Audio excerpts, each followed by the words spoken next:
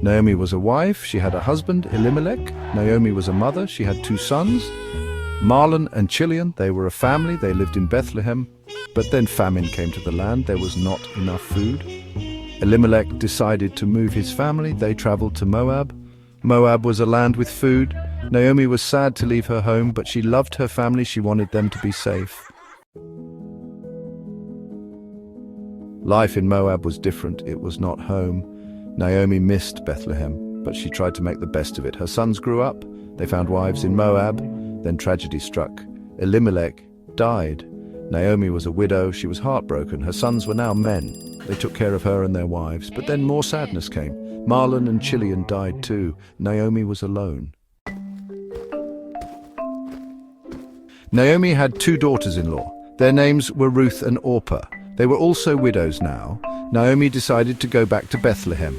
She told her daughters-in-law to stay in Moab. She said, "Go, return each of you to your mother's house." Orpah kissed Naomi goodbye. She went back to her people, but Ruth clung to Naomi. She said, "Do not urge me to leave you or to return from following you, for where you go I will go, and where you lodge I will lodge. Your people shall be my people, and your God my God." Section 4, Returning Home, a Journey of Hope and Despair. Naomi and Ruth traveled together. They walked for many days. Finally, they reached Bethlehem. The people recognized Naomi. They were happy to see her. But Naomi was sad. She said, "Do not call me Naomi, call me Mara, for the Almighty has dealt very bitterly with me." Naomi felt empty. She had lost everything. She wondered why God had allowed this to happen. Section 5, Ruth's Kindness, Gleaning Fields of Barley. It was the time of the barley harvest. Ruth wanted to help Naomi. She went to the fields to glean.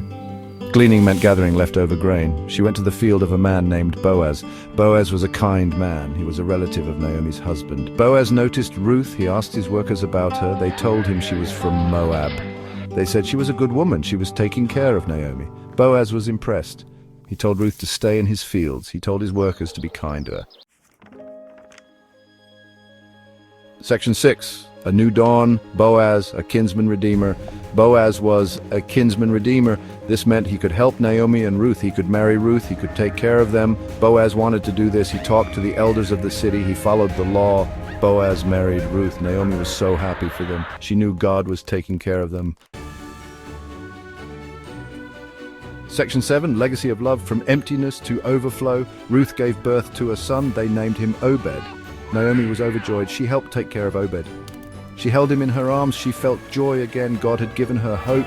God had given her love. Obed grew up. He became the grandfather of King David. King David was a great king. He loved God. He wrote many psalms. Naomi's story is a story of hope. It is a story of love. It is a story of God's faithfulness. Even in the darkest times, God is with us. He can bring beauty from ashes. He can turn our mourning into dancing.